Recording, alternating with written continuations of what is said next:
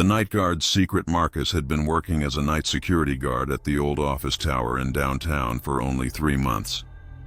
The job was simple. Walk around the empty floors, check the doors, and make sure no one broke in. The pay wasn't great, but it was steady work.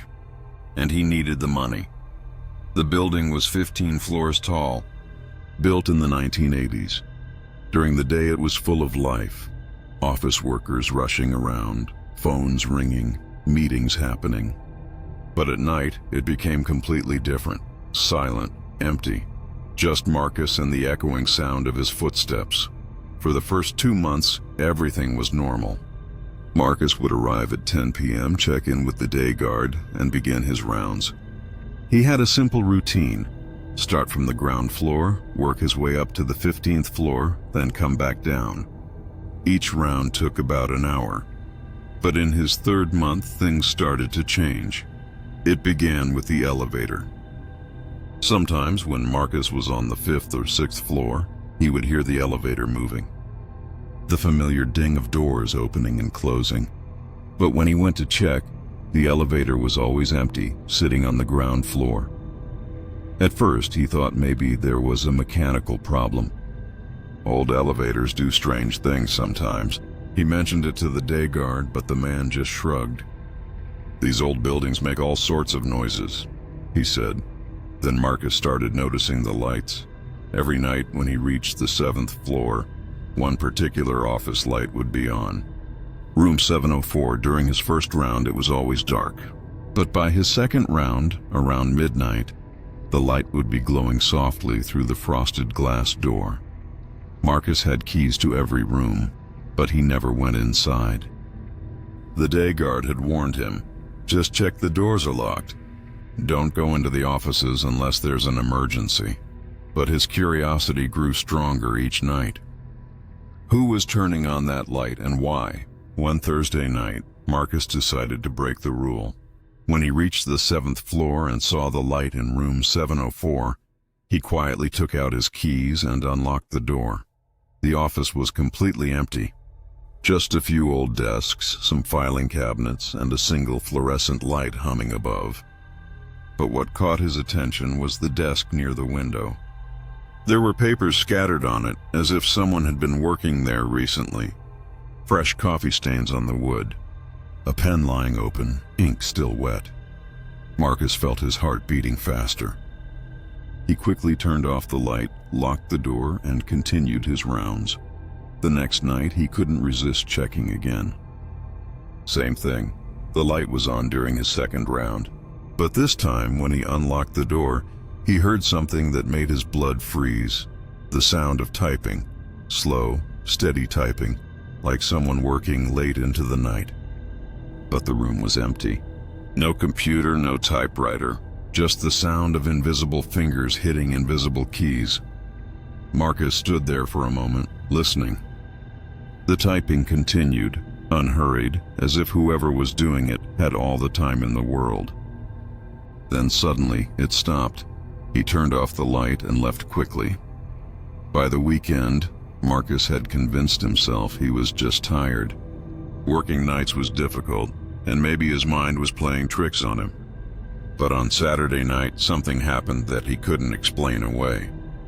During his midnight round, as he approached room 704, he could see the light was on as usual. But this time, there was also a shadow moving behind the frosted glass. The clear outline of a person sitting at the desk, head bent down, working. Marcus stood in the hallway, watching the shadow. It moved naturally, reaching for papers, leaning back in the chair, sometimes lifting a hand to the forehead as if thinking.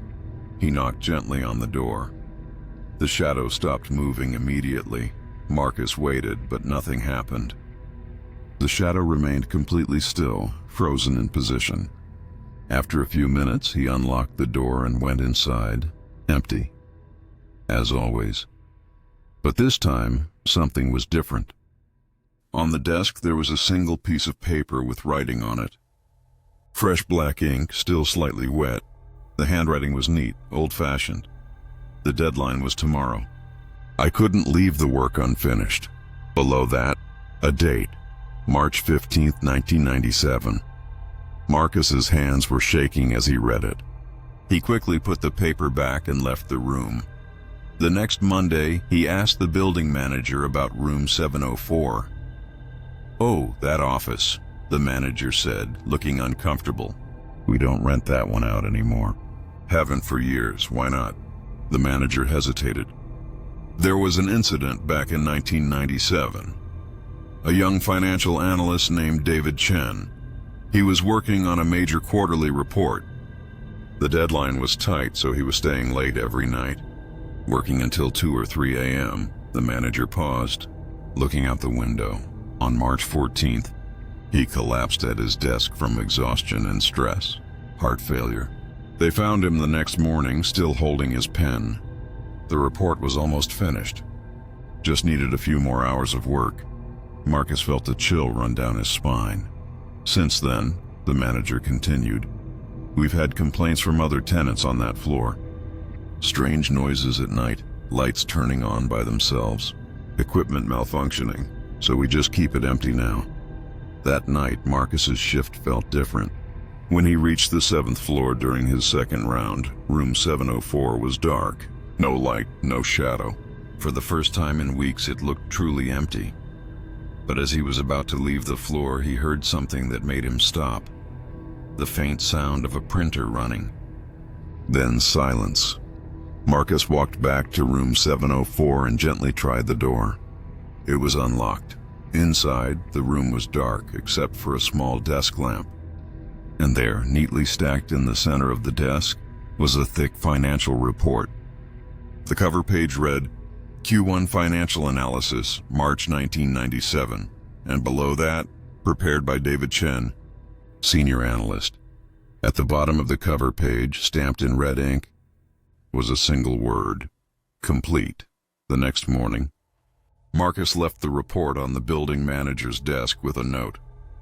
Found this in room 704, thought you should have it. The manager stared at the report with wide eyes. This was the project David was working on when he died. We never found the finished version. The company faced serious issues with investors because of the incomplete analysis.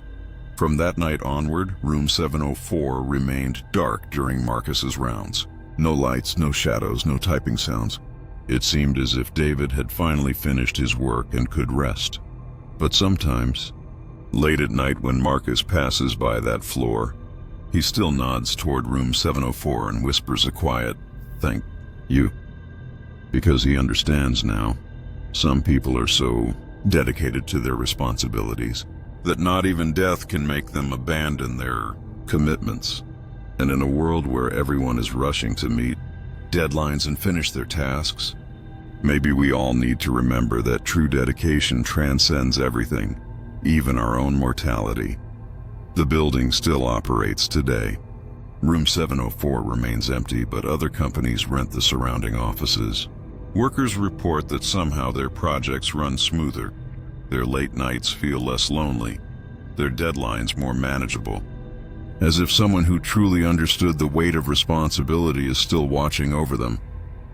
Some say it's just coincidence.